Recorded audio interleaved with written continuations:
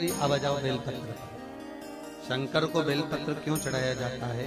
पहला कारण, शंकर को पार्वती के नयन अश्रु से निकला हुआ यह बेलपत्र अति प्रिय है। एक दूसरा, शंकर को बेलपत्र इसलिए दिया जाता है क्योंकि इस बेलपत्र में एक जो पत्ती है वो भगवान विष्णु की दी हुई। आपको कथा में कहा था भगवान के दो नेत्र थे शंकर जी के, नारायण ने एक प्रदान करा तो कितने हो गए?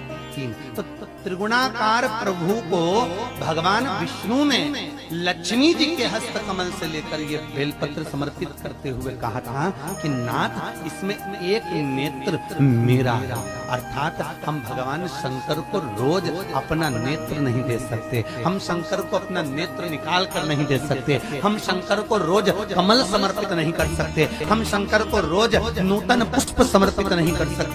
तो बेलपत्र कमल का भी काम करती है, बेलपत्र नूतन पुष्प का भी काम करती है, और बेलपत्र नेत्र कमल का भी काम करती है। जो भगवान को 7 जगह का बेलपत्र प्रमाण।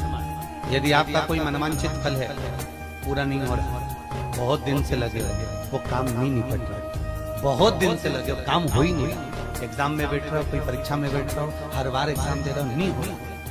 7 जगह का बेलपत्र याद रखें।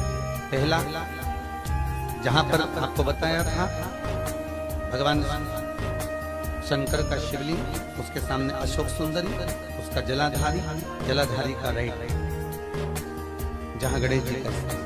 पहला बेलपत्र गणेश जी के स्थान पर समर्पित करें। अगर कोई काम नहीं हो रहा है तो उसको निपटाने के लिए, उसको करने के लिए पूर्ण हो।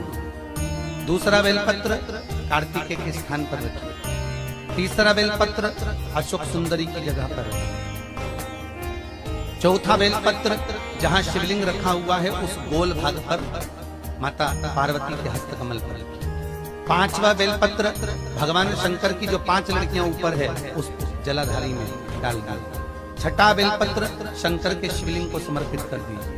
और 7वां बेलपत्र जाते जाते जब मंदिर के बाहर जो नंदी बैठा रहता है उसका एक पांव ऊंचा उठा हुआ होता है, उस पांव के पास रख दो और अपनी कामना नंदी के कानों में कहकर चले जाइए। आपका कार्य कुछ ही दिनों में सफल हो जाएगा। 7वां बेलपत्र समर्पण का भाव अर्जित कर। फिर से बोलो 7 बेलपत्र। पहला गणेश जी का स्थान, दूसरा कार्तिकेय, तीसरा अशोक सुंदरी, चौथा पार्वती जी का हस्त कमल,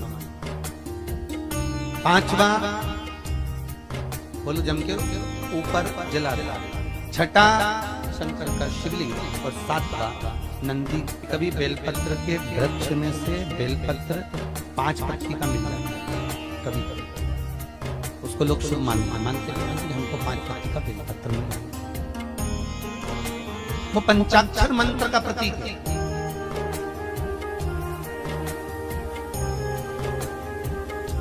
भगवान शिव, अगर मान लो 5 पत्ती का बेलपत्र आपको अगर प्राप्त हो जाता है तो उस बेलपत्री पर ओम नमः शिवाय, ओम नमः शिवाय, ओम नमः शिवाय लिखकर भगवान शंकर के शिवलिंग पर समर्पित कर देना चाहिए। ऊपर से थोड़ा सा शहद चढ़ा देना चाहिए, शहद चढ़ाकर जल समर्पित कर देना चाहिए। उसी बेलपत्र को लेकर अपनी कामना कर घर जाना चाहिए। वो